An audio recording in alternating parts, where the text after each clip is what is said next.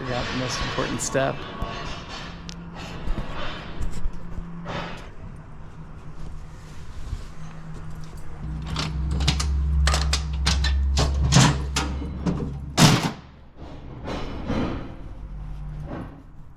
What's up, guys? This is Hyce. Today we're coming at you from Colorado Railroad Museum. Getting D&RGW 491 ready for service tomorrow at the museum. And one thing we haven't really talked about on the channel yet is all of the different servicing you have to do to really get the engine ready. We talked about how to fire it up and everything, but there's a lot of greasing and oiling and lots of little things like that we got to take care of to get going. So while Paul gets the fire going, I'm gonna start doing the service on the engine. We're gonna do Alemite in the rods. We're gonna do soft grease on some of the rods and other connections. We're gonna oil around when it's time to go.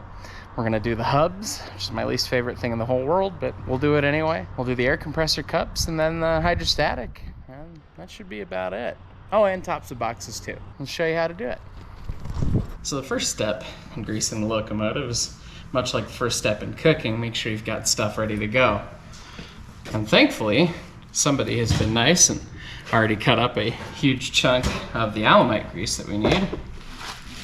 Comes in these big blocks, which you then shave down to kind of squares. And then, like every good railroad, you grab your machete and you go ahead and cut it to size.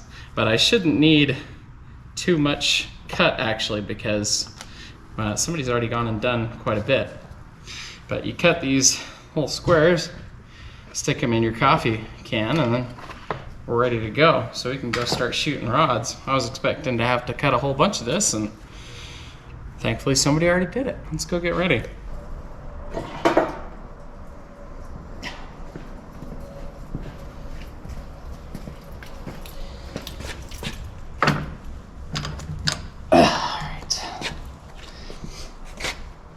This is our Alemite gun. It's an air-powered gun. You stick grease in here, and then when you actuate the trigger, when you've got air hooked up to it, it stabs grease in through these button fittings called Zerk fittings that have a little hole right there, and it forces the grease in there, and they're sprung back out so that nothing can come back out right there. And we'll go until you start to see grease come out of the different bearings. And this thing's pretty loud, so I'm gonna get my PPE ready and my hose ready. Always make sure to wear your PPE.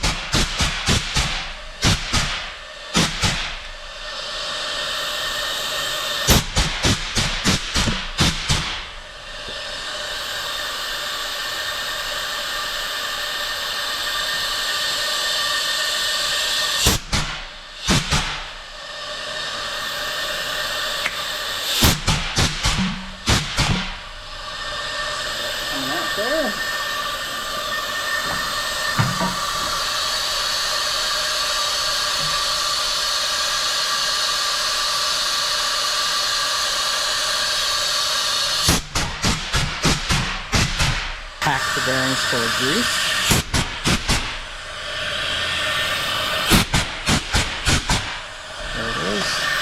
Mains take the most.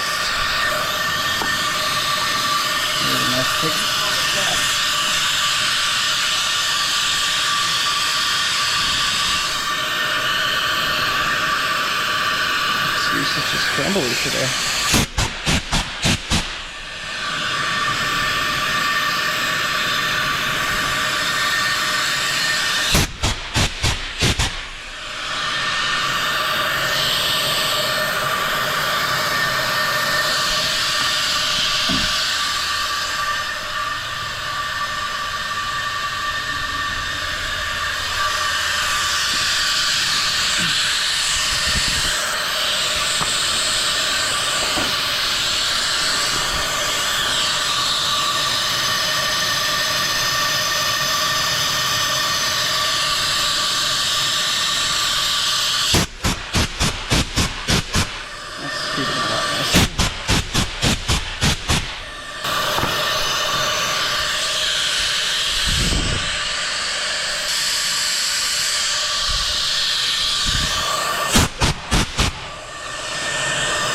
Those aren't the Alemite anyway.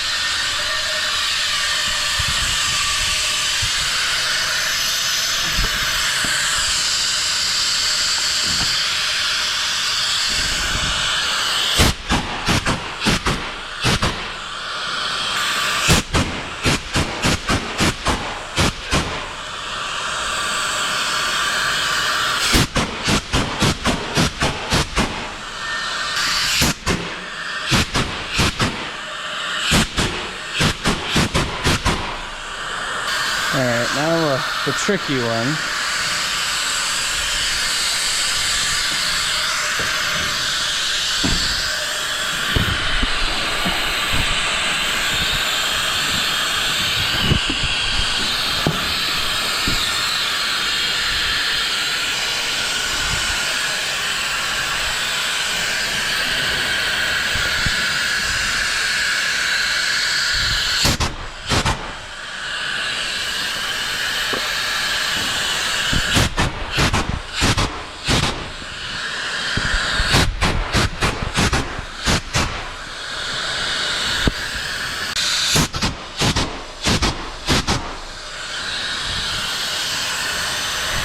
Alright, one side done, another side to do.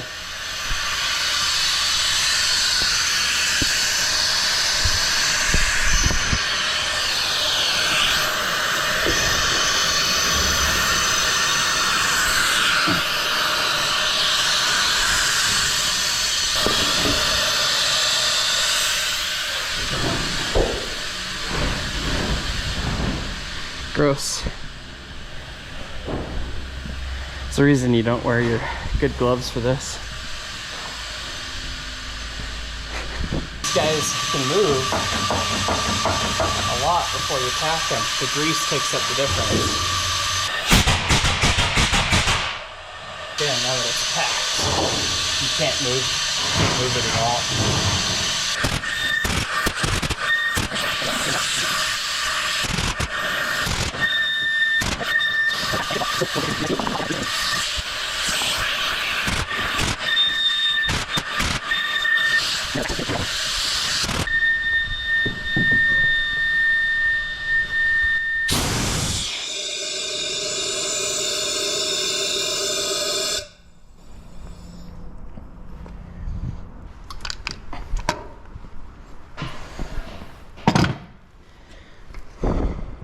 All rods are done, and the camera that I picked up to follow me around is only absolutely disgusting. So this is what the brass looks like in the inside of the main rod. You can see how it's drilled for all the grease. So the grease packs in all the holes and then all the way around. It helps limit your wear. It's a consumable item, so we have these old ones. We just put new ones in back earlier this year. Special thanks to the Durango and Silverton narrow gauge. Woo! All right, so next up is soft grease. Soft grease gets run by this machine on this handy little cart here. And it's used for the stuff that doesn't need quite as heavy of a grease as our rods did with the Alemite grease. Just a little bit more heavy duty. Soft grease is for stuff like our knuckle pins, tumbling block for the Johnson bar, smaller pin connections like this one here at the expansion link, the union link, and all 3 spots on it, and then somewhat confusingly the trailing truck on the K37, which is the world's most overweighted ridiculous thing. There's a little grease fitting right there, so we can try and pack some stuff in on these sliding plates, but only ever get so far. Get that in place. Gotta hook up our air and get the air going. Smaller hose.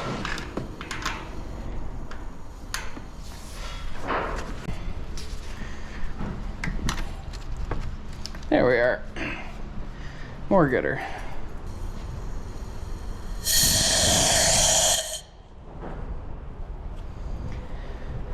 Now we open the valve on the pump. And then when we open this guy,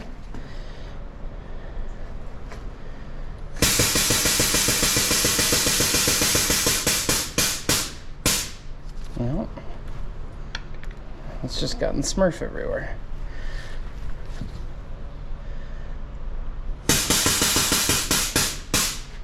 There we go. Same thing. Go until you see blue.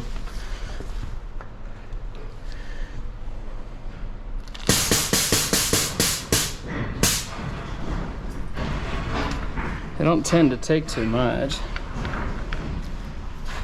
Particularly not this one.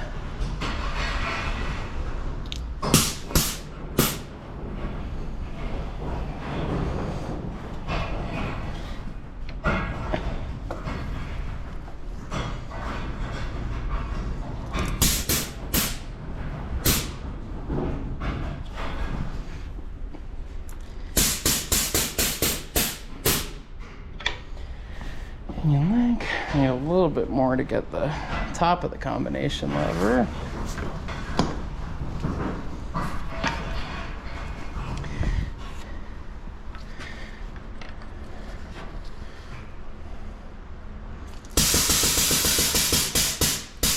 It's quick. And then don't forget the second knuckle pin up here. It's kind of tricky to get to sometimes, huh? But now you know why some of these castings are set up the same way they do with the little hoops and whatever, is so that we can get in here and do what we need to do.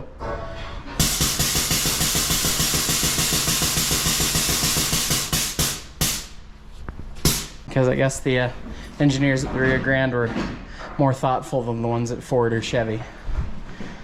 At least these days.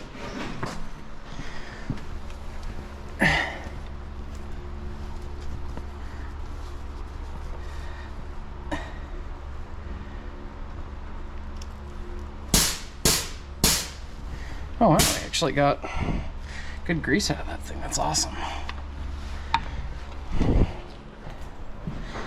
And then rinse and repeat on the other side, and that'll be soft grease. So one of the most important things to do has 491Ps on the floor. Remember that blower drain we showed you in the last video? There it is in action. One of the most important things to do after you get the rods and the soft grease done is clean up your mess. It's often overlooked by many, but grease attracts dirt and all manner of other grit and sadness and sand and things that the running gear kicks up. And you'd prefer it to not end up in your bearings.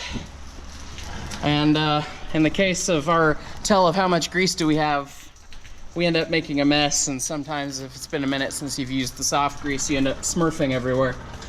So I'm gonna go around and get some rags and clean up all the little pins and everything we doped, and make sure that we're ready to go here.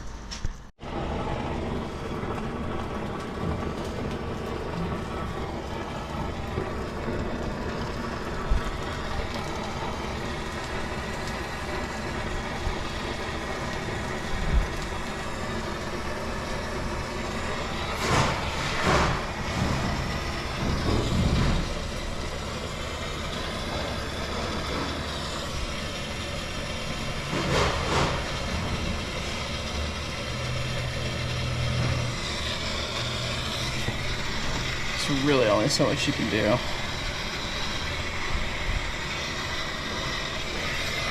Paul, I'm gonna close your blower drain. It's just blowing steam.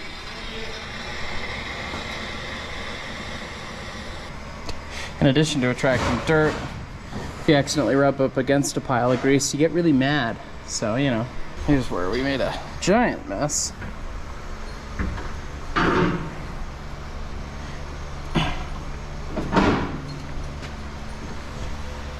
That's what happens when you don't get the thing on the fitting all the way and then you smurf everywhere. Well, those have given us a lot of trouble over the years, but more recently have started working again. I was just talking about with Paul with that. I couldn't believe how much grease I packed into this thing. Oh yeah, we like drilled them out and retapped them and put a different fitting on them. We worked on them with Ricky B quite a bit. They actually work now. They worked, and then they stopped working, and then they worked again. And it may just depend on if the ash gets in the grease channel. Yeah. It may or may not work. But yeah, we had it set up originally for like just the Zerk fitting. I think we got the button head on it now, right? Yeah, you got button heads for the soft grease. So next up on my end, the task I've been putting off is greasing the hubliners, or the hubs. On each driving box, there's a hub liner, and then there's a corresponding face on the counterweight, and then on the wheel on the inside. And depending on how the engine sits, you might be able to get something in there or not. Like this one's almost, nah, it's actually got a fair amount of space. It's looking like it's sitting pretty nice, actually. Shouldn't be too bad to get grease in most of those, but usually it involves being in the pit, which is never terribly fun. And normally it involves using a paddle and a stick of really tacky, disgusting grease that sticks to everything and gets on everything. But thankfully we've actually got a electric grease gun now that we're a little spoiled with, and it makes the process a lot easier. Once I do the drivers and the counterweights on all the way around, there's also some hubs for the lead truck and trail truck between the journal box and the wheel set. And the hubs are the lateral limit of motion for the wheels. And we have a circle of track. So with a circle, you kind of have to make sure that all your laterals are greased really well. So you got to do it all the time. There's a bunch of them. It's greasy and it's just kind of annoying. So we'll see how it goes. And so while I take care of the hubs, oh look, Jesus, God rays. While I take care of the hubs, Paul here is going to take care of the air compressor cups, which are those little cups right there. They come in a bunch of different sizes, and they are designed to lubricate the air end of the air compressor, and they take a special oil.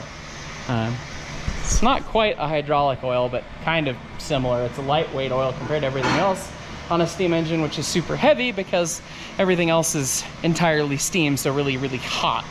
So for the oil to flow the right way, you need to have the right weight of oil.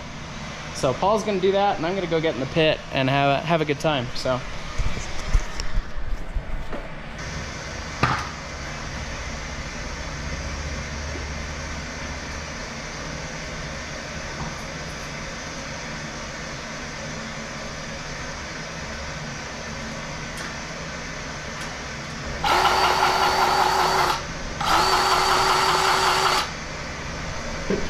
Dunk. Reasons why to wear a hard hat.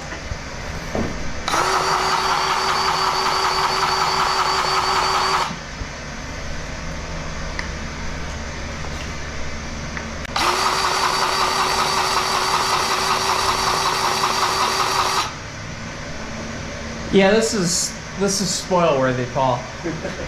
Like, it's been so long since it's run while I've been here. Like, doing this with the paddle sucks so bad that this is really not, this is not that bad at all. We ran out of grease tubes for a while. Oh, is that what it was? Went bad.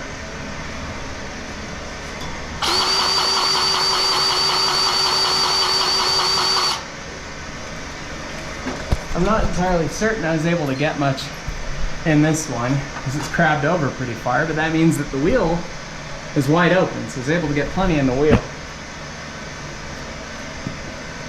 There is tons of grease in here, so you don't get a lot in there. It's not the end of the world. All right, good. Let's see if we can get a good camera on that. So you stick it up in there.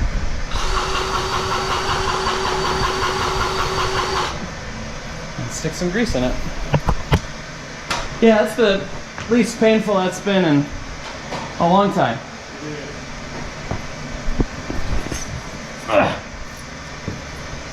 All right, you're done with cups. So off to the hydrostatic.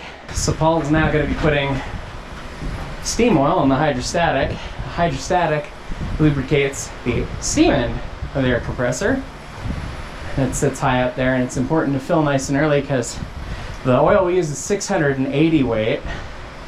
Try and put that in your car engine. And it flows like molasses until it gets hot.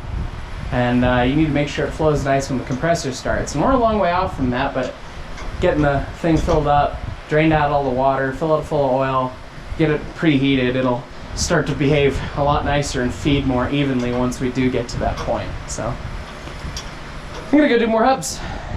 Whee!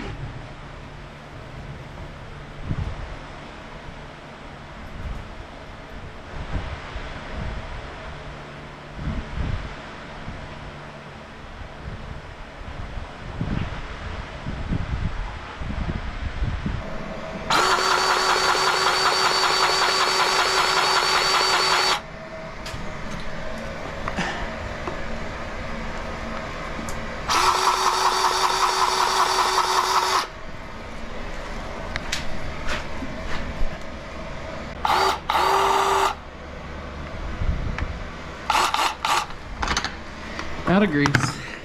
How do we get this apart to put more grease in again, Paul?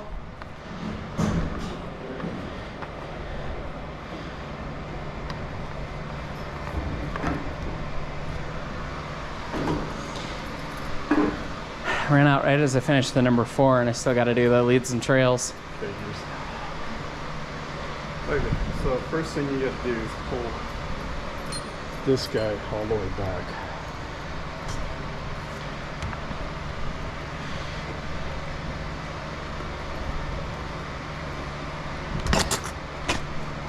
Ew.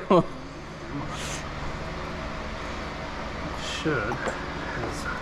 That's got a little latch thing. Now the next thing, this whole thing unscrews. Just pops out, right? Like so.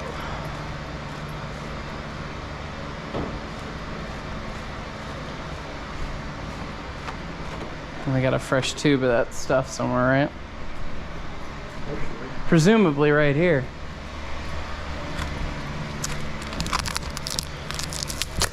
Still entirely wrapped in tape.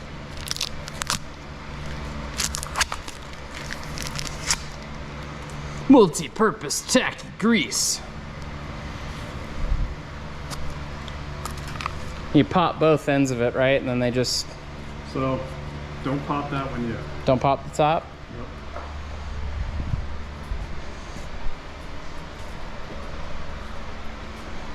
Go ahead and slide that in there with that end up. Okay. There you go. And then once it's in, Then you pop it. yeah, Less chance of grease doing things and easier to push in. yes. I see. Putting the toothpaste back in the tube, Yeah. Yeah, except it's really, really ridiculous tacky grease that gets on everything. yes. Yeah. Okay, so now this just threads Goes back in and does the twist and then there's one thing you gotta do.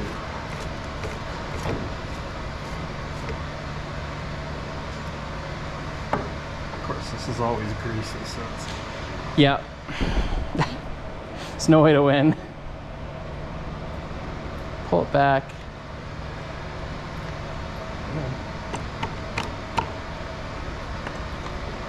Sometimes this is, there it goes. That's spring loaded, so. So you can push the handle back and the spring retains the grease pressure. Yep. Okay. And then the one last thing you gotta do is, there's a bleeder valve right here. Oh, okay. So you gotta get any air that's trapped in there out.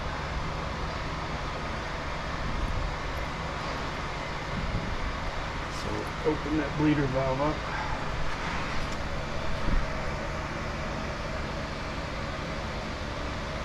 Come on. There it goes. And you just give it a little squeeze. Until it starts pushing grease. Yep. And then you've cleared the air. Okay.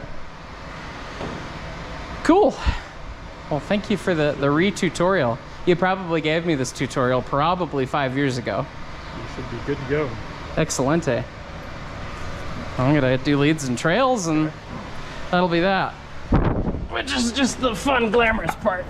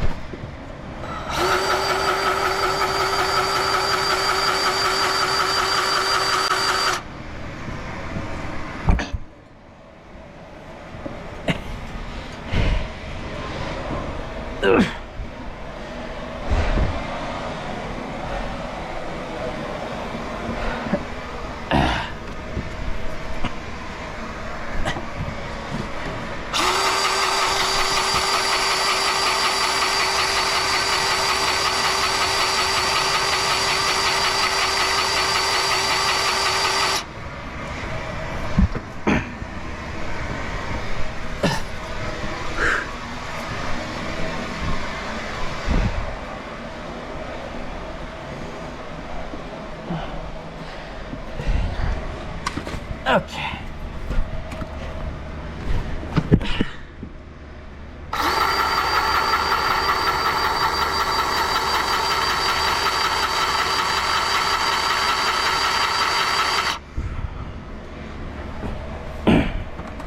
All right, and that's the hubs.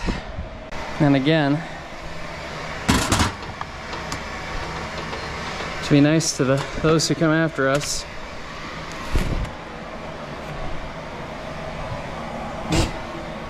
can't even win with nitriles. Try and wipe the tool off.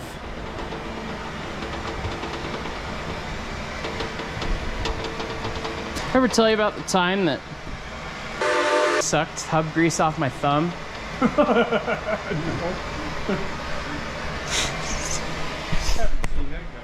I haven't seen him either. So I was laying underneath the engine doing the hubs before we could fit it inside. And so I was laying out in the dirt on my back with a paddle before we had the nice tool, lying underneath the engine trying to get grease up in there. And this photographer guy had been following me around, and he was looking all excited, getting pictures. Oh my God, they're servicing a K37 for like the first time in years, right? And he just kept like looking at me like he had this wet appetite or whatever. And I had a huge glob of it like all over my hands. I wasn't wearing gloves. I wasn't learned yet. And he's just looking at me up close. And I go, "What, do you want some?" And he leaned right down and put his whole mouth on my finger and sucked the glob of grease off. Oh, jeez. And he just goes, "Yep, I eat it 3 meals a day, breakfast, lunch, and dinner." And I'm like, what the hell just happened? What is wrong with you? And the funny thing is I hardly knew him at the time. Like we got on to be friends later, but it's like, okay, Quirky photographer guy. Okay, he just sucked grease off my thumb. What the hell? Paul's refilling oil cans. That's the steam cylinder oil. Yes. Yes, there's that tall one for the PB&J. That is part of the required maintenance every day, is make sure your oil cans are full. Absolutely. You take it with you because you never know if you're going to need more. We've got a 680 weight steam oil and a 460 weight PB&J. And that's not peanut butter and jelly, that's pin, bearing, and journal. And 460 and 680 sound really heavy if you're used to automotive world where you're using 30 weight or 40 weight oil, but you got to remember our steam's 400 degrees. Our bearings get, you know, when they're warmed up, running ideally are like maybe 100-ish, if that, depending on the day. And the heavy stuff flows and deals with the heavier locomotive a lot better than the light stuff does. So part of the task is make sure you've got more oil. Speaking of oil, the last thing to do is to do the tops of the boxes. So I gotta get a car oiler for that, one of these over here. Huh? Oh, we've got this full of PB&J for me, nice and easy. Well then, we'll just do that. Probably need to be filled. Oh yeah, it's super low. All right, well, let's go fill it. Thank you, Paul.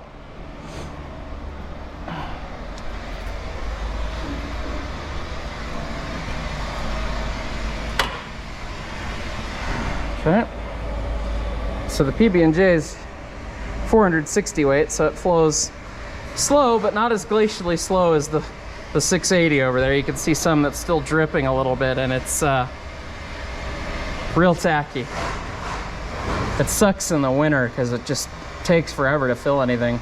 There's differing opinions on what oils to use where out there in the world, but this setup seems to work really nice for us. And our equipment likes it, and we're not seeing excess wear, so we keep doing it. Make sure you shut it off early because that elbow will hold a fair amount of oil. It flows so slow. Stuff's pretty expensive, so you want to be conservative but liberal at the same time with it. Lid back on, and we'll go do tops of boxes. So the tops of boxes are the areas right here, the tops of the journal boxes. And you fill it full of oil because the top of the box ends up lubricating the shoes and wedges that we talked about. There's your wedge and Loco 360, your shoes on the front edge. And so there's cotton waste that's packed in there, but it gets packed full of junk. But you try and give each one a good splash, and that way your shoes and wedges stay running nice and free, so you're not getting excess wear. And also, so you're not wearing out your box, and everything could travel nice and easy in the suspension. Some of them can be less fun to get to than others. Like this one with the centering device that we showed in Loco 360. That was one of my favorite clips from that video. And then of course, the scallop of the counterweight being where it is means that I can't get to the front side, so. The reservoirs go all the way around from the front to the back though, so if you fill the back, you fill the front. Okay, and that's tops of boxes. I know I said last thing earlier, but the truly last thing is to oil around and hit all the little stuff that just gets hit with the oil can that we hit periodically throughout the day. But we'll get that right before we get rolling out of the shop, right before we're gonna go run. So that's everything we can do ahead of time. We'll come back right when we get ready to roll out. We'll show that off.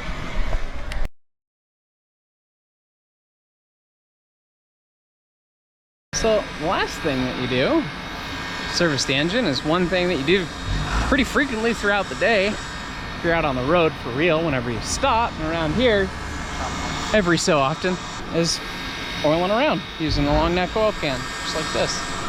Anything that's smaller, too small for soft grease or hard grease, just gets PB&J, that same 460 weight oil. So let's hit those couple spots.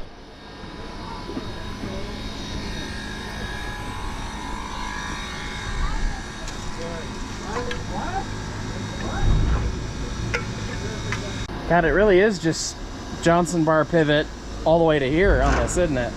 Yeah. Got PTSD from Stevenson engines.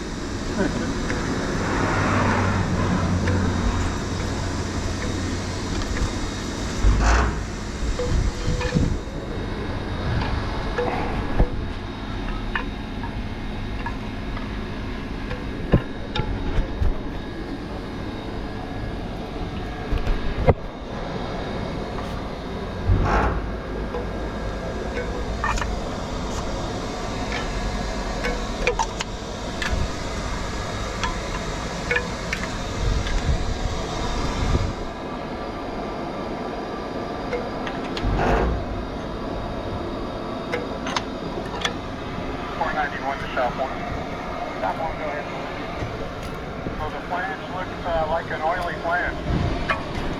All of the tire. There's a little bit right at the root of the flange, but the tire doesn't look too bad. This one's like a lava cake.